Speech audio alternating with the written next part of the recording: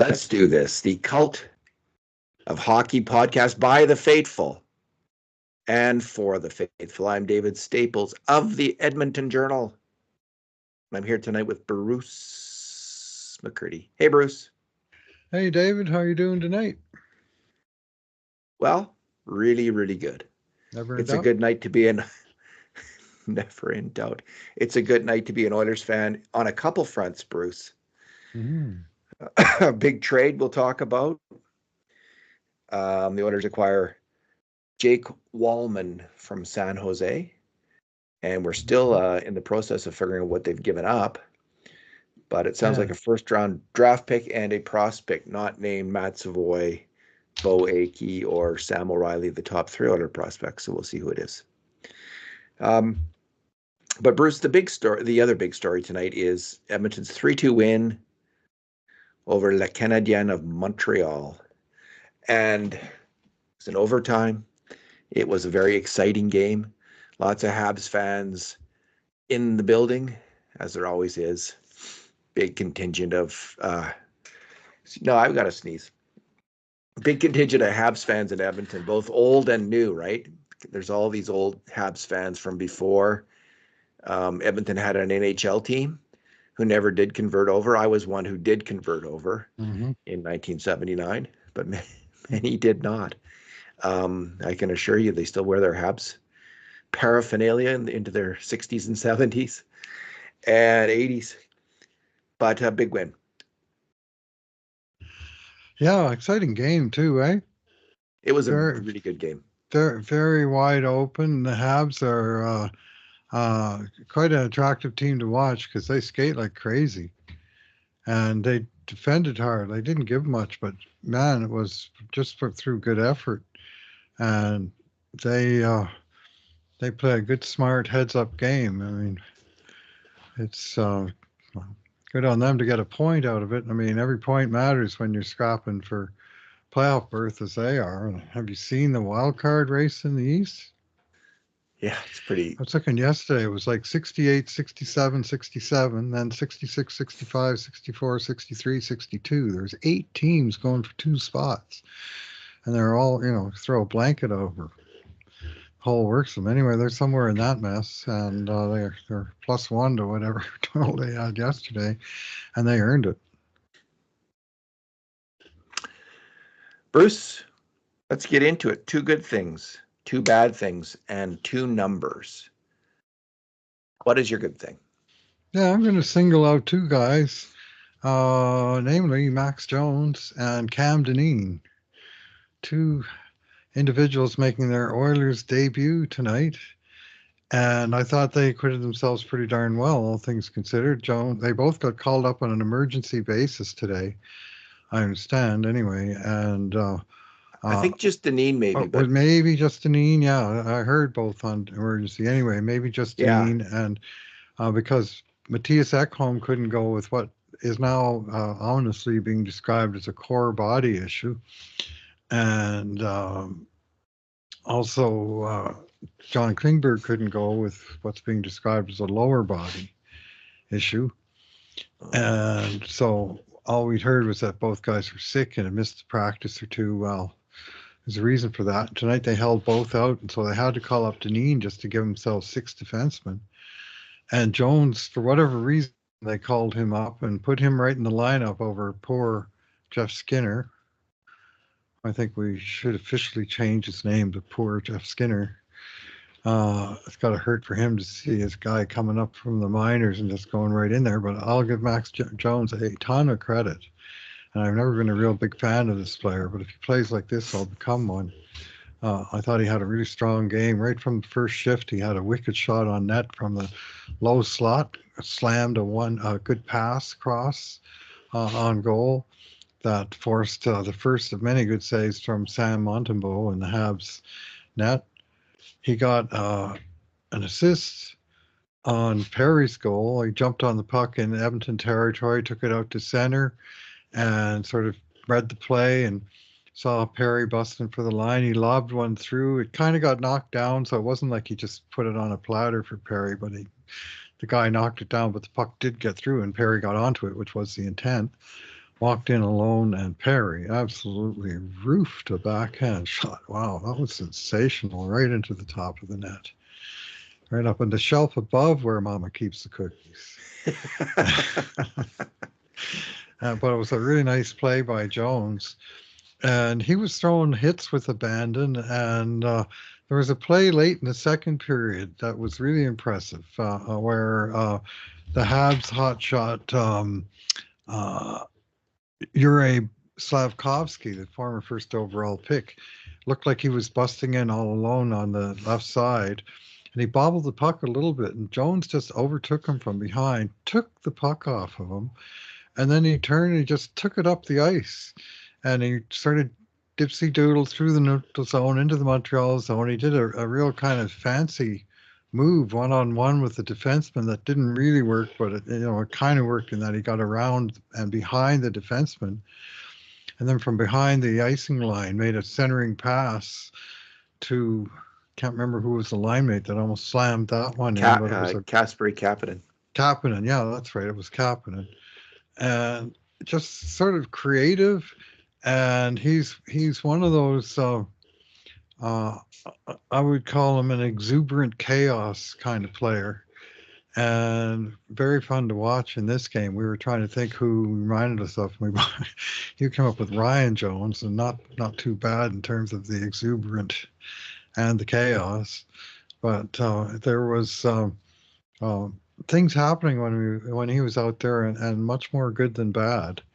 And he had on the night. He had an assist +1, 2 shots on net, 3 hits, and a takeaway, and nothing negative on the sheet. No dumb penalties, which he's kind of famous for, and no, no passive poor. I don't know what his grade A shots for and against were, but he wasn't sort of obviously deficient. No mistakes on any, and no mistakes. Couple major contributions. Okay. Bruce, now, clear the other the track. Guy, clear the track. Max Jones is back. That's he kind of reminded me of Eddie Shack in his later Toronto days. I never saw Eddie Shack because Eddie Shack was a really good player at one point. I only saw him at the end of his career. He was kind of a sideshow character. Yeah, and he became one. Just charging around the ice. I was hoping that Jones would bring that clean Costin energy, because that was my memory of Jones from Anaheim. Right. Yeah. And Bruce, the Oilers have a history. You can sometimes get lucky. A player who hasn't made it on a weak team can't find his place on a weak team. Suddenly gets a very limited role that he's absolutely suited to on a good team. And that role is get in there and forecheck and create havoc. That's it. And if you do that and maybe get in the fight, stand up for a teammate now and then, that's what Clean Costin did. Yep. And Jones could come in and take that role. So there's a chance he's going to be that player, which would be fantastic for the Oilers. Like, that's what they've been missing, is that big, fast, aggressive forechecking guy on the fourth line. Might be him. Yeah, well, he showed plenty tonight. It's kind of funny. Like, they traded for these two guys, and they could be just about Bobsey twins. Him and Trent Frederick. Like, if you just looked at their vitals, and they're both 6'3", around 220 pounds. They're both drafted late in the first round of 2016. They both just turned 27, and in fact, they were both born in essentially the same week in February of 1998. One on the 11th and one on the 17th. Yet Frederick's the one who's coming in expected to be in the NHL, and I frankly thought we'd see Jones go down and stay down, and we'd see him in the Black Aces come playoff time. Me too. Pleasantly surprised that they just, let's see what we got. Might as well get him in there. And he's still 6'3" and almost 220 pounds, and he was showing some of that. And the Oilers don't have much size up front. So until they're waiting for Trent Frederick to come back, no harm in at least giving this guy a game or two and seeing what he's got. And I'll say this, after tonight, he's going to get another game, because there's no reason not to put him back out there on Saturday unless they trade for 3 forwards tomorrow and the roster scenario changes. But my second good thing, a little bit in refraction, because he did make mistakes on chances against. In fact, 4 of them in the first period was Yikes. Cam Dineen. Um, but the longer the game went on, the more I liked him. And this, of course, his first game as an Oiler after arriving at the trade deadline 2 years ago in the famous Nick Bjugstad trade that cost the Oilers Michael Kesselring and also a third-round pick. And Cam Dineen was the defender that got back, and he's been a good soldier for Bakersfield now for all those 2 years. And yet here he finally got a game, and this is going to be one game. He'll be going straight back down because his is a slot they're going to have to clear out to make room for the new man, Jake Wallman, assuming that trade gets finalized. The reason they couldn't finalize it before now was the roster was full with these emergency call-ups, or at least one of them. So they'll clear out Dineen and send put Wallman in that spot, and we should be all good. Well, for all that, he had that rough start, including the turnover to Caulfield on the first Montreal goal. He wound up playing 14 minutes, 56 seconds. And the Oilers really went with heavy with the top three, bottom three defense set in this game. They had Bouchard, Nurse, and Kulak all around 25 minutes, and the other three all around 15. But Dineen led the team defense group. In fact, I think he led the team in shot attempts with 11. 4 shots on net, 3 that were blocked, 4 that missed the net. Like, he wasn't shy about bringing his A game, which is offense, and good on him. I mean, he had to know when the game started, this is my one chance. I might as well go and, give it what I got. And he did. And Jones did. And to me, good on both of them. They showed well. Yeah, I was surprised actually to see Dineen at the end of the game because in overtime. and in overtime. And we're gonna get my good thing is actually about overtime, but it was it was a bit surprising, but good for good for the coach trusting the guy, and he came through. Dineen's a smart player. He's really good with the puck, and his problem is size and probably his skating speed. So, but he can get around, but he's really smart, and it's good to get him in a game. You never know in the playoffs what happens, how many defensemen you're going to need in the playoffs. Sometimes you need 10 if there's enough injuries, and sometimes that happens. So, yes, it does. Bruce, my good thing is in overtime. There's 3 players who have been singled out for a fair amount of criticism, including by us now and then in recent weeks. They are Stuart Skinner, Evan Bouchard, and Connor McDavid. And they all came up just when fans were getting ready to hang Evan Bouchard in particular, I think. They all came up with a big moments in overtime. And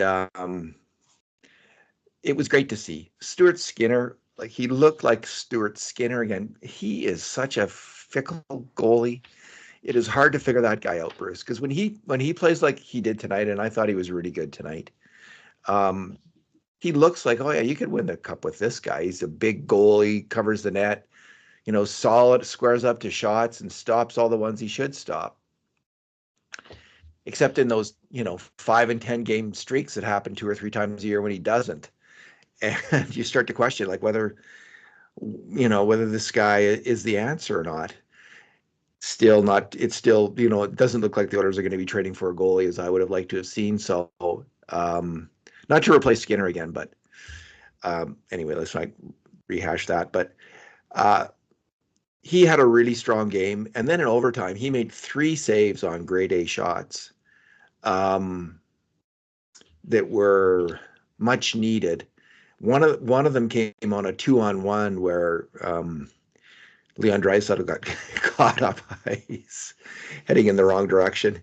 And fortunately, the shooter was Mike Matheson and not Cole Caulfield on the 2-on-1. But Matheson got right in there. Dineen was defending, actually, and Matheson got right in there. But Skinner made the save. He made a great save. So, and shortly thereafter, the puck comes up the ice. And, Skinner's redeemed himself. Now it's time for Connor McDavid and Evan Bouchard. First, Leon Draisaitl, who needs no redemption this year, who should be, I think, the MVP favorite. Bruce, if Austin Matthews had the numbers that Leon Draisaitl did this year, do you think there would be any doubt who would be the MVP and all the talk of the MVP circles? Anyway, Leon I'm hearing a lot of talk about Leon. I'm not going to complain about him not getting recognized for having a great year. Yeah. Mind you, I live in Edmonton, so I'm going to hear. Yeah. I'm hearing outsiders not mention his name. Anyway, he did a great job puck protecting in the offensive zone. The puck goes to McDavid, who does his great kind of circumnavigation of the offensive zone, and against the grain through three Hab players, he lofts a pass cross seam right onto Evan Bouchard's stick. And Evan Bouchard, who so far in overtime has distinguished himself by giving away the puck under under moderate pressure twice in a row, denying, the threesome of Bouchard, McDavid, and Draisaitl possession in overtime with these turnovers, which is the real problem. So I was wondering if he was going to get on the ice again. That's when Denis got out there. It looked like Bouchard had been benched for the rest of the game, but he did get out there in the final seconds. McDavid lobs him the puck across the ice, and he just slammed it in. One times the puck in, past Montembeau's glove, into that for the winning goal. He looked so happy. And I was happy for him. Our work, Bruce, our metrics on grade A shots indicate that Evan Bouchard's had a really good year in terms of attacking with the puck. He hasn't been so good on defense, but overall, if you look at the plus and the minus, he's been a really good defenseman for the Oilers, even as he's made way too many turnovers, leading to dangerous shots against. There's been bad moments, but even with all that, I think all that he brings is sometimes overlooked. So I'm really rooting for the player, and hoping he finds a way to play as well as he did in the playoffs last year, essentially, for the Oilers. And tonight, he came through with a big goal. Yeah, sure did. And we were alternately swearing at him and then ultimately cheering when he put it in at the end and laughing. And I was saying, Evan Bouchard, overtime hero, first star, and he actually was the second star of this game, behind, yet again, Mr. Draisaitl, first star again for the umpteenth time this year. And Bouch, at 5-on-5s, this wouldn't include the overtime. When he was on the ice, the Oilers had 32 shot attempts to 10. Like, the puck was in the Montreal end almost all the time he was out there. And, not a lot to show for it. He did get an assist on the power play. Again, that wasn't even, 5-on-5, they dominated possession. And he actually got his points on the power play and on the 3-on-3 at the end. But it was, Leon won a key defensive zone face-off, and Bush kind of froze and lost the puck behind the net. And then he got it again, and he bobbled it in the slot. And Montreal guy took it, and then Evan chased him all the way up the ice to the Montreal blue line. But he just circled back, and he wound up getting in front of Bush and coming back down the ice kind of ahead of him for, quasi 2-on-1. And so it did not look good, and he needed to get off. And then Deneen got the start of his next shift, and you're thinking that's it for Evan tonight. And then next thing you know, he hops out, and next thing you know, after that, he's popping the puck in the net and being the hero. Well, he needs, when he plays, makes good plays and creates and has things happening, which, again, tonight, 7 shot attempts in this game, a couple of takeaways, and some strong play. But he needs to be rewarded once in a while. And it's nice to see one go in for him. And you'd like to think sooner or later, these positives are going to start accumulating, and they're going to start to come a little bit easier, because, my goodness, his whole team is struggling to put the biscuit in the basket, aren't they? So, yeah. It was 7 games since the break, and the most they've scored in any of the games is 3 goals. and this is with the team with two extreme elite high-end scorers on it. Yeah. So anyway, and Bouchard is an elite scoring defenseman. I wouldn't call him extreme elite. That would be Cale Makar, who had 6 points tonight for Colorado. But Bush had 2 for Edmonton, and that's plenty good. Just more, please. So, and nice to see McDavid click in overtime. He actually got a 5-on-5 point today. Connor did. First one in 12 games. I looked it up today. It was 392 NHL forwards had a point at 5-on-5 since the last time McDavid did, but he got one today. But guess what? He wasn't on the ice when it went in. He made a defensive play, and then that was the Perry goal. And then he went off for a line change while Jones and Perry rushed it up the ice. And they gave him an assist for deflecting a pass, and he'll take it. I mean, same thing. You got to be rewarded sooner or later. And how many times was he so close, and he hit the post, or he passed it to a guy who hit the post, or and his game is starting to come around, and you'd like to think the results have got to follow. And ideally, 5-on-5 games got to turn around, because that's just been almost beyond belief where he's been. We've talked about that in past podcasts, so I won't dwell any further. I was going to say he got one tonight. Maybe this is the way forward. He hit the post there with like 3 minutes left. Open net. He just seemed like, what's going on? What do you need? He can't make a play right now, but he did make a play, and what a play it was, Bruce. All right. What's your bad thing, Bruce? Yeah, I think I'm going to choose Matthias Janmark's breakaway, which was a really good play to get the puck and get the breakaway.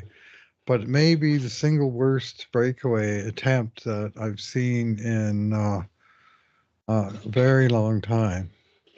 And that, as some wag on Twitter, my son was saying, put it that is Janmark playing his game to a T, decided to dump the puck into the corner from the Montreal goal crease.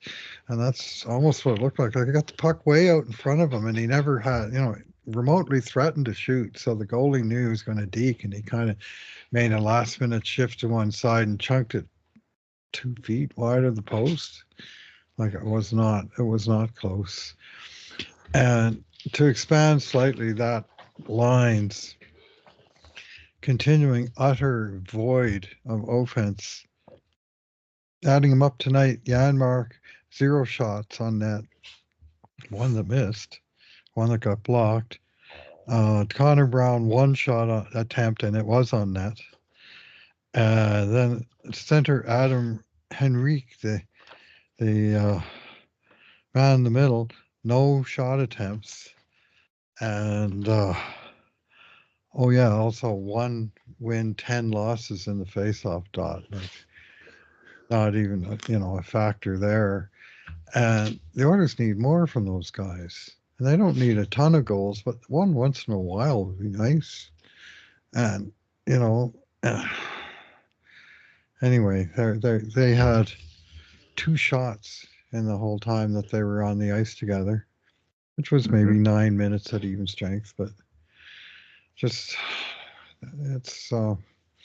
but the breakaway kind of stands out as on a night the Oilers came close, hit 4 goal posts, but they could not. That was the sort of clearest look they had all night, and it was absolutely butchered. Yeah, it looked like me on a breakaway, Bruce. That's exactly the play I make. It was. Yeah. That was terrible. That was so embarrassing for Janmark. Okay, enough said. Bruce, my bad thing. I like the player, but I don't think we're seeing his best, and we haven't for a number of weeks now. He's got to ratchet up his game. Bruce, if we want to know why the Oilers have been losing so poor on defense, the second goal against was a real prime example of that. Man alive, was it ugly. It was essentially there. It did start out with kind of a bad line change, but it was only a 2-on-4 when the goal was scored. There was 4 Oilers back, and I think 2 Habs rushing and 1 going down the side, and just the passive defense first from Ryan Nugent-Hopkins on the puck carrier. Lane Hudson. Yeah, just so passive. Just didn't even didn't get after him. And then Hudson kind of passes it back through the slot, and Hyman's there, and he doesn't cut out the pass. And neither Bouchard nor Nurse go to the shooter, who's kind of cruising in, charging the danger man, cruising from the blue line towards the center of the slot. And Bouchard could have moved towards him. Nurse could have moved towards him, and neither budged. They just kind of stood there, backed right in on their goal as he charged in the slot and slammed home the puck. It was a terrible rush goal from the Oilers' perspective. It was ghastly. That kind of passive defense where no one's really thinking, no one's intense, no one's doing their job, and it's in the back of the net. This is why you can't have this if you want to win the Stanley Cup. Can't have that play. Can never happen in a game. Never in the playoffs. You can't have it. And if they keep allowing this kind of goal against, and this is maybe the worst of the run, although they won this game, this is one of the worst. It's embarrassing, and I hope it's a win. It would be a good time after a win when everyone's feeling good, just to sit and play that about 15 times in a row. Don't say anything, just let everyone watch it and let it sink in, because that was really bad. Yeah, well, the Oilers had the pressure on for a while. I'm not quite sure without looking how long the shift was, but I think the guys had kind of overstayed their welcome a little bit at the offensive end. And then this guy, Lane Hudson, the hotshot rookie Calder Trophy candidate for Habs, came dangling down the ice with it. And it was like he hypnotized all of the Oilers into watching him and the puck with all the nice moves that he was making with it, because they were all staring at the damn puck. And Joel Armia, not exactly a deadly sniper, but it's like the 4 Oilers have the 4 corners, the old basketball setup. They have a literal box in their own zone, and Armia skated right into the middle of it. Nobody moved because they were all looking at the puck on Lane Hudson's stick. And then, of course, Hudson made a slick pass, and Armia just slammed it kind of through Skinner. And, of course, Skinner got a lot of the blame, but holy moly, that defensive coverage was poor. Not to be a stickler, Bruce, but it was more like a zone defense, because the 4 corners is when you had the ball, I think. Well, yeah, they call it. Yeah, they were trying to kill off the clock, and they spread them out. Let's call it. Yes, that's true. Let's call it the 4 pillars, and they had the box shape, but the box is supposed to collapse towards the actual players on the other team. This one didn't. It's box and 1, but there was no 1 going after the shooter. All right. What's your number, Bruce? Yeah, I think I'm going to go with Connor McDavid's ice time tonight, 26 minutes and 56 seconds. And he had the rare combination of the most shifts, which was 25 among forwards. Darnell Nurse had 33, and he usually has the most shifts. But Connor McDavid had the most shifts among forwards and the longest average shift at 1 minute and 4 seconds. Well, when you have both those things, you're going to have the most ice time, and you're going to have it by quite a lot, which he did. He was over 4 minutes more than his line mate, Ryan Nugent-Hopkins, and a little over 5 minutes more than Leon Draisaitl. Those two are usually a little bit closer than this, but the coach was really riding Connor tonight. And I didn't think he was cheating for ice time. There was one time in the third period where he had a long shift, and then he made a really disciplined change out of the picture. Puck went behind the net, and I'm sort of thinking, I hope Connor's getting off here, but expect to see him, cruise back into the frame, but he didn't. He, took a disciplined line change when Hyman was working the end boards, and so he wasn't cheating for ice time. He was just coach was riding him hard, and he was skating and making stuff happen. And I think he's turning it around, and Yeah. it's just a long, arduous process. He was stuck with a -1 yet again tonight. He didn't get a plus for the goal he got the assist on, but he did get a minus on that Armia goal. And now he's all the way back to even on the season. He was plus 15 about, I think 12 games ago. He was plus 15, and now he's even. But I think the game's coming around. I thought it was not too bad last game, -2. And then not too bad, or better than not too bad. He was pretty darn good tonight, -1. But it's just he's in a real streak of misfortune in terms of goals.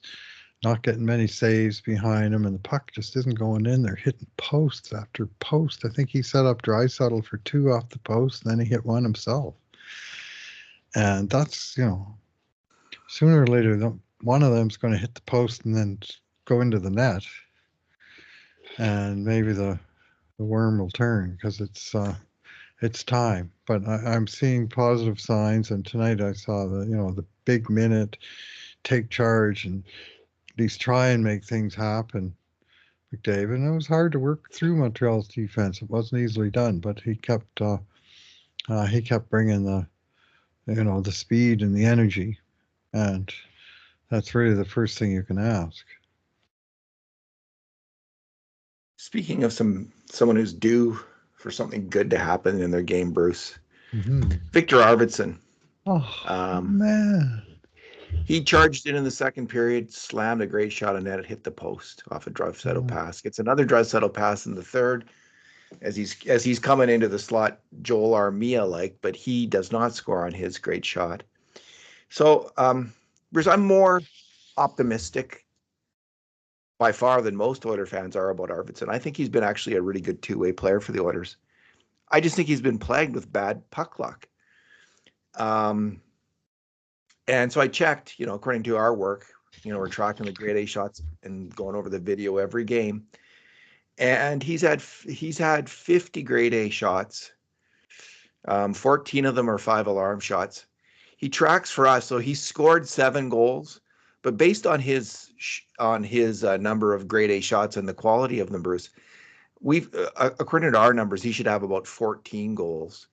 So if he had 14 goals right now, I don't think there obviously wouldn't be this amount of criticism about him.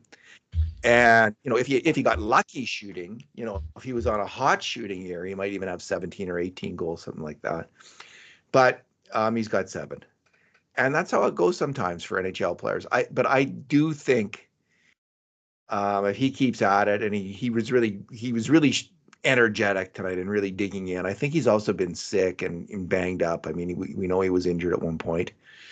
So if he's healthy in the playoffs, if he's good to go, I see this as I think he's a really good player, and he's going to help the Oilers in the playoffs.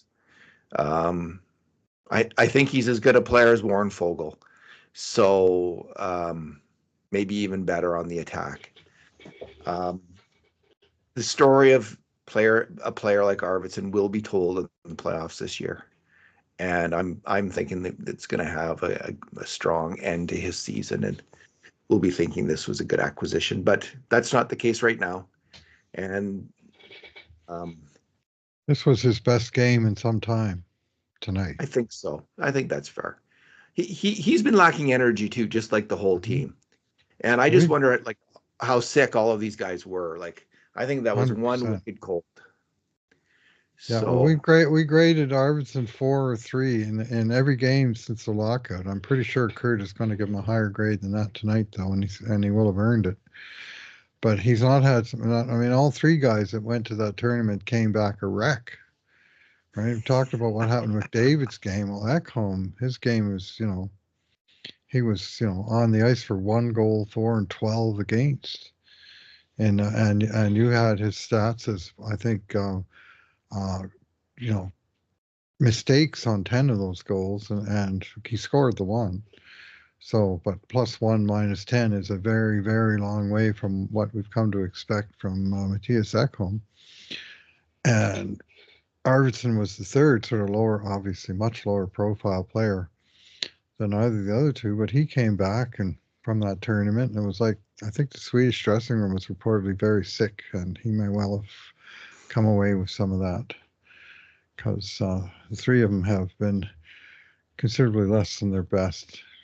Let's put it that way. And we expect more because we know they're better than what they've shown in this last little while. Bruce, let's quickly talk about the trade, Jake Wallman. And for some reason, I had it in my head that he was younger than he is and that he was Swedish, but he's not. I thought he was like a 25-year-old Swede, but he's a 29-year-old guy from Ontario who took quite a long road to the NHL. He was 3 years in college at Providence, and then 3 full years in the AHL. Yeah. And then he broke in slowly, and he's moved around a lot. And just as recently as last year, he was a salary dump. He had signed a good contract in Detroit. What is it, $3.25 million a year? $3.4 million times 3 years. He signed in 2023, and 1 year later, Detroit dumped the remaining 2 years of that, plus the second round pick to San Jose, just for San Jose to take him. And then San Jose got 50 good games out of him and traded him for a first round pick. So they got a first and a second, and reportedly a prospect who we don't know who it is yet. We just know who it isn't. And there's still nothing. I've just updated and refreshed to see if there's any sort of, because we're after midnight Eastern when they can make roster moves again, and not yet. And one of the people here expressed frustration that we knew the details of the Brock Nelson trade within 5 minutes, and here we are many hours later, not knowing. But of course, as we said originally, there was this roster hang up, but presumably this will come down. I'd be happy to see exactly what the full extent of the deal is and who else the Oilers gave up besides that first rounder. But this guy, like, he got a 3-year contract, and the first year he played in Detroit, the second year mostly he's played in San Jose, and the third year he's going to play in Edmonton. So you don't commonly see that, but it's not like the Detroit couldn't wait to get rid of him from the sounds of it, but I don't think that was the case in San Jose at all. They just wanted to cash in an asset and get add to their draft haul. And of course, Mike Greer, former Oiler, is secretly a Oiler plant in Division. That's what everyone's accusing him of. I mean, I can't speak to this player, like I haven't watched him, but I did. It was funny. I did really notice him when the Oilers played San Jose this year. Mm-hmm. He was really good. Like, I thought, who is this guy? Yeah. Like, he can really move the puck. He's a really good player. Anyway, we'll see. Here's another rumor for you from Elliot Friedman, Bruce. Yeah.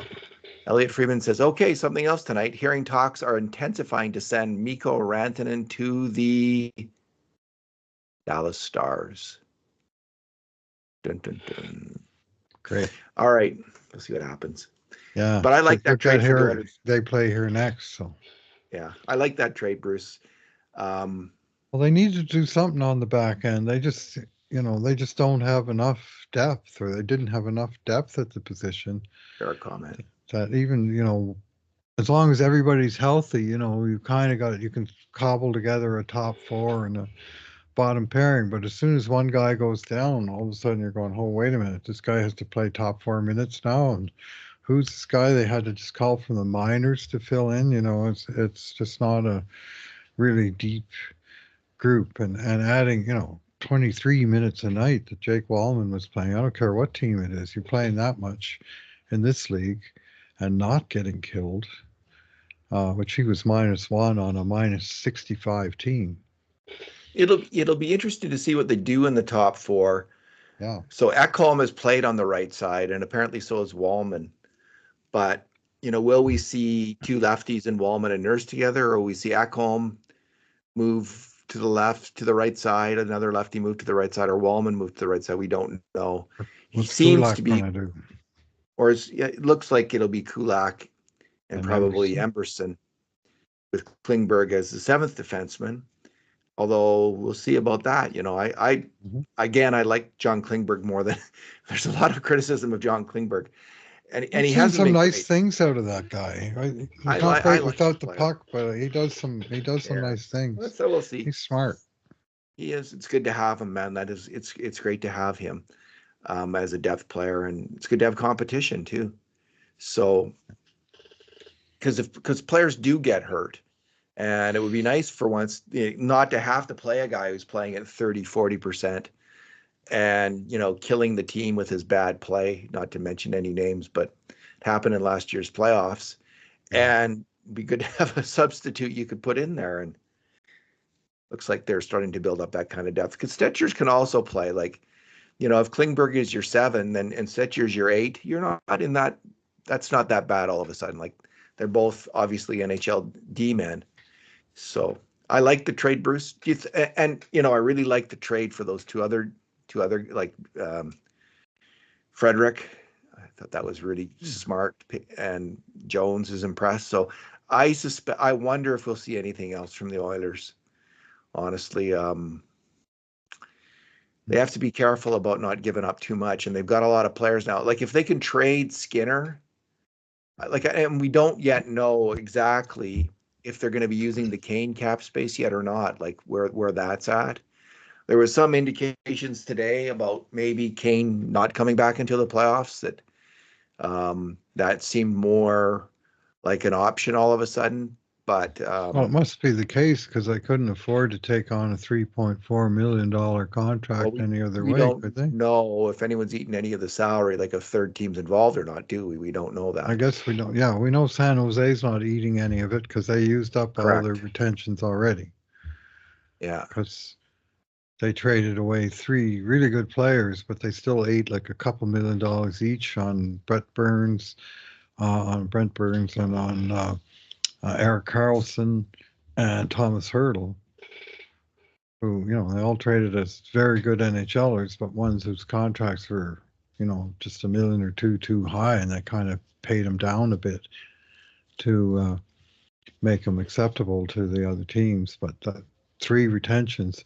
The Burns one is done at the end of this year, so Greer will have at least one spot to work with again next year. But this year he never had one all year. You don't often see that, because most retentions are only till the end of the season. It sounds like Rantanen is going to Dallas. Friedman adds, uncertain about exact details and the possibility of an extension at this time, but we are headed down this road. West playoffs are going to be brutal. Wow. Yeah, Colorado got Brock Nelson, the 2C they desperately needed. And now Dallas just got a guy who can really score. Yeah. Yep. Well, the Oilers are a good team too. We'll see what happens. I was happy to see Rantanen go to the Eastern Conference, to tell the truth. Well, that didn't last long. Yeah. Carolina really took it on the chin, because they gave up a really good young player to get Rantanen. It seemed like they were getting the better player, but we don't know what's going back, of course, to Carolina. You'd think. Yeah. Wonder what it might be. We don't know, so can't say anything. I mean, if it's Jake Ottinger or something, then maybe it's Wyatt Johnson. We might view it differently. Yeah. I doubt it. I doubt it. But Carolina is not in a position to sort of be saying we want futures. I mean, they want something that's going to help them, because they're in the hunt too. Well, that's it. So it's got to be something. It's got to be something. Let's look at their roster just real quick. Let's just let me just have a quick look here. Let's see if we can guess what it might be. Wyatt. It would probably be better actually to look at their cap, the cap situation of Dallas to get a sense of who's going to go there. But if in fact this deal does happen, so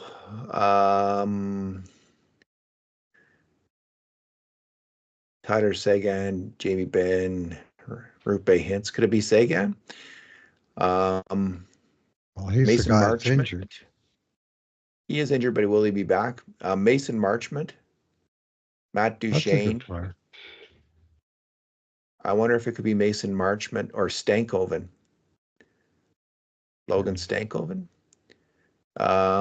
defense, Heiskanen, Lindell, Harley. It's none of those guys. no, It's none of no. I don't think it's so I'm gonna guess. What do you say? Stankoven. Maybe. But it could be Marchment who makes 4.5 million. So it's a similar cap hit there. Well, I mean, because Rantanen makes 9.5, so they're probably going to move something. No, it's half that because Chicago ate half of Rantanen's contract. Oh, yeah. Oh, right, Chicago. Yeah. For a 3rd round pick. Yeah. Bruce, let's leave it there. We'll probably talk again tomorrow if there's any more big transactions. We may other podcasts, so we'll leave it there for now. Tomorrow's the deadline, so yeah, we'll probably have more to discuss, and then we'll have a game again Saturday against Dallas. So we might get to see Mikko Rantanen right up close in his new colors. Bruce, thanks for talking tonight. Thanks for listening, everyone. And in the meantime, and in between times, this has been another edition of the Cult of Hockey podcast.